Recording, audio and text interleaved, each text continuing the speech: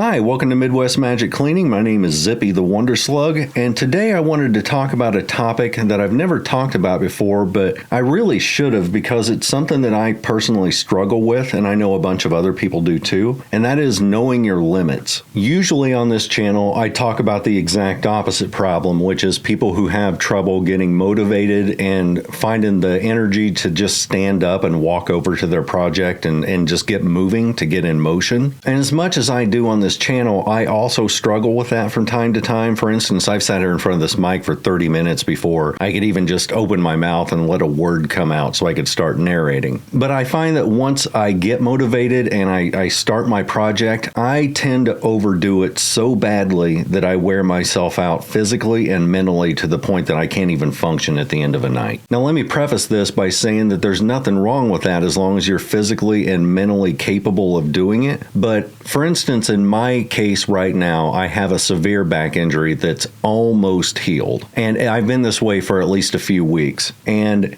doing things on an injured back is bad enough. But my problem is that once it starts to heal and I start to feel good, I won't take those last couple days to say, you are limited in what you can do. You can't do the whole house. You can't even stand there and do the dishes for 20 minutes. You can't walk across Walmart without leaning on the shopping cart. Like, you need to rest. Consequences be damned, you need to sit down and take a load off and heal. And that's not just true in a physical sense. There's a lot of people who deal with massive amounts of anxiety. They are going through burnout, they're going through depression, and sometimes just the act of doing things is too much for them to handle mentally. I also have a personality wherein if I'm not doing something, I feel like it's not just that I'm cheating myself, it's not just that I feel like I'm guilty for not getting stuff done. It feels like I'm actually doing something wrong, like I'm in trouble for not doing something. Now, that's likely a part of my autism, but I'm sure that can happen in neurotypical people as well. Let me know if you're neurotypical and you have that weird feeling of just doing something wrong if you're not keeping busy with something. Now, that doesn't always mean chores either. It can mean just occupying my time with a video game or going grocery shopping or just getting out of the house and doing something fun. If I'm just sitting on a chair or I'm laying in bed and I'm not doing something to occupy my hands and my mind, slow down, pervert, I don't mean that. Then I just feel like somebody's going to pop out of my closet and yell at me because I'm wasting my time and wasting theirs. Like, my house is going to get angry and say, I'm a big old neglected house. I can't believe you treated me this way. Shut up, you stupid talking house. I'm sorry.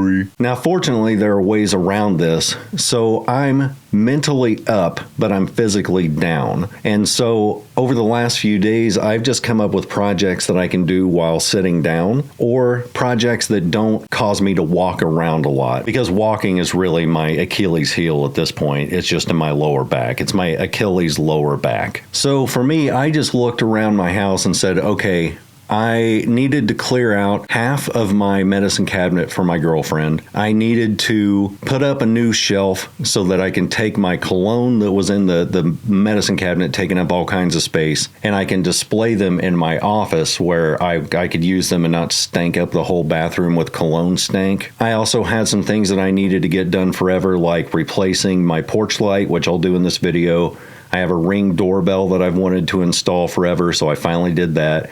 I got her a new desk and a new chair, so I put that together. And then I have this problem where I will say I need to go ahead and like play a video game in order to detangle my brain, to unspaghetti my brain, but I never just even get the motivation to hit the power button. So she's been making me turn it on and actually play games and keeping me to occupying myself with something. But the first step was to kind of balance it in my brain and say, what can I do that's productive? What can I do that can benefit the house, because that always makes me happy? But what can I do that isn't going to destroy my back and put me out for another month, rather than, if I went balls to the wall and did my whole house, then the back would not heal. It would get worse. And I would, instead of being down for 2 more days, I'd be down for 2 more months.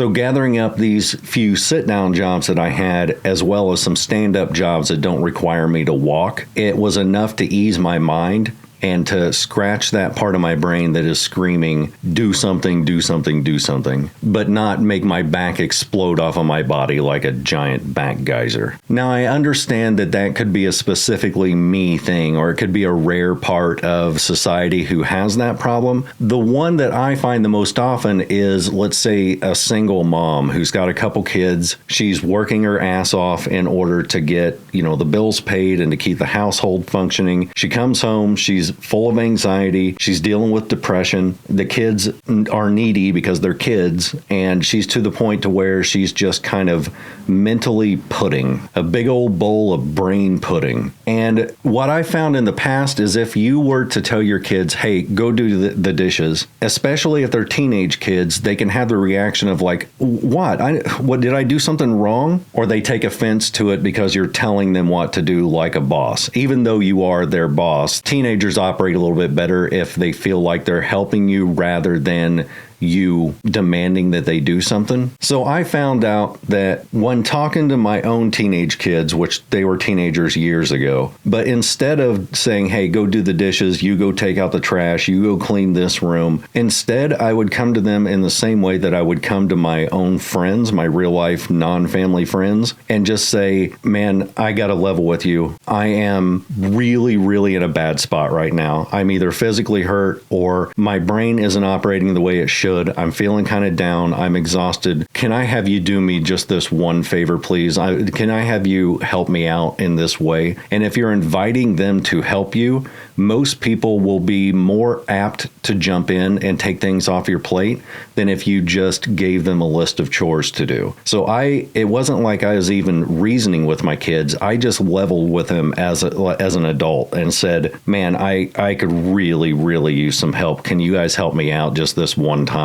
And I would ask them, something as simple as doing the dishes, taking out the garbage or whatever. And they were so much more into doing those chores when they knew they were helping their dad. Now, I also know that not every kid is like that. I know that some kids are still in their selfish phase. They're still in their teenage rebellious phase. They're in their spin kick your mom in the face phase, whatever it happens to be. But if you've never tried that before, come to them as one adult asking another adult for some help, even though they're not adults. Just give it a shot. If that doesn't work, I don't know what to tell you. Throw a live wolf at them or something. But you can't just keep pressing yourself over and over and over again if you're at your limits. And that, I think, is the biggest thing that I wanted to get across in this video, is that you don't know that you're past your limits unless you're able to recognize your limits. And the way I recognize mine is if I'm physically exhausted or it's painful for me to do something, I know I'm at my physical end. I know I'm at my mental end if I start to get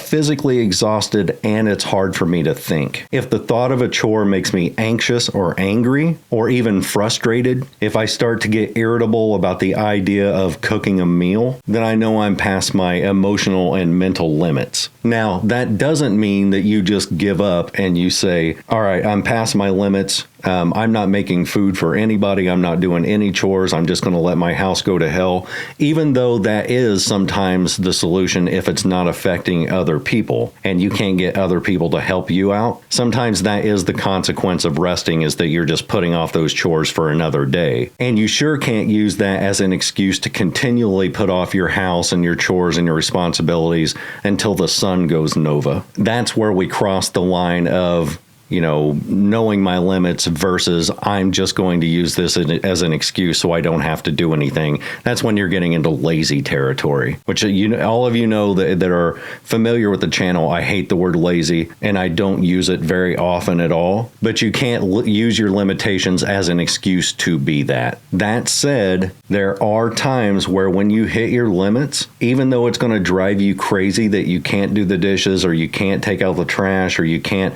fix this broken thing in your house, if you can't suplex this moose who badly needs to be suplexed, just trust me, all moose need to be suplexed. Sometimes the only method of healing yourself through that is time and rest. Which brings me to the third personality between, unmotivated versus not knowing your limits and, working yourself into a coma. That third personality is people who are unmotivated to begin with, but once they get started, they go so crazy that they entirely burn themselves out. So I've got a couple friends who will put off cleaning for several days, then they'll spend an entire work day cleaning their house all at once. And by the time they're done, they can't move for another 3 days. They're just like, I am so exhausted. My brain is so full of anxiety from all the work I did yesterday. I'm physically sore from doing 8 hours of physical labor in my house. And I think that that's still a case of not knowing and recognizing their limitations. And it's like an engine that has no shutoff mechanism. It's like starting up an engine and then the only way that you can shut it down is to let it run out of gas. And I think that's really unhealthy, but that's just the way some people function. And I think that people who have that personality are kind of doubly screwed because not only do they need to learn their own limitations as far as overdoing it, they also need to learn where their starting point is. So for me, my starting point is I may procrastinate things for a long time, and then I finally just get to the point to where, without even thinking about it, I have to make myself stand up. With no goal in mind, I just have to say stand up, and before it can even register in my brain, I'm on my feet. And it's like, okay, now that you're on your feet, walk your butt to the kitchen and turn on the faucet. Once I have those initial steps done, then that work mode kicks in my brain and my body, and I'm off to the races and I just go to town. So this video is me recognizing my limits, making sure that I don't go past those limits, and giving myself chores and tasks that don't take a lot of physical, strenuous activity. The consequences of me not doing those chores aren't great. It just means they wouldn't get done for a few days. Another consequence of me not doing them is that if I'm just sitting there doing nothing, I'll drive myself crazy and build myself into an anxiety attack because I'm not doing what my brain wants me to do. The consequences of going overboard is that I continue to hurt my back and put myself out for so long that I just won't have another video for another 2 months because I'm not physically able to do it. And I refuse to do that. I just keep having to remind myself that you can't pour from an empty pitcher. That old adage of like, you can't shave a moose unless you yourself are bald. I'm not good with adages, but the moral of it's still the same. If you wear yourself out, you can't help other people. And people who go past their limitations often find themselves so burnt out are so exhausted that when they're desperately needed, they end up pushing themselves so far beyond their own limits that they eventually break down. So my advice for people who find themselves exhausted or mentally drained and they just can't seem to quite make themselves shut down or they can't quite catch up, my biggest advice is to kind of keep yourself aware at all times. And when you find yourself getting exhausted physically, emotionally, mentally, stop and kind of take a personal inventory of what have I been doing this week? What have I been doing for the past 2 or 3 weeks that led to me feeling this way? Because I think people with our type of personality don't even realize they have limits, or they're vaguely aware that they have them, but they don't know what those limits are. So we'll make this kind of your homework, I guess, for the next couple weeks. Anytime you find yourself in that position where you're just getting overwhelmed and exhausted, stop, take a break, start taking a mental inventory, and see if you yourself haven't just pushed yourself past your limits.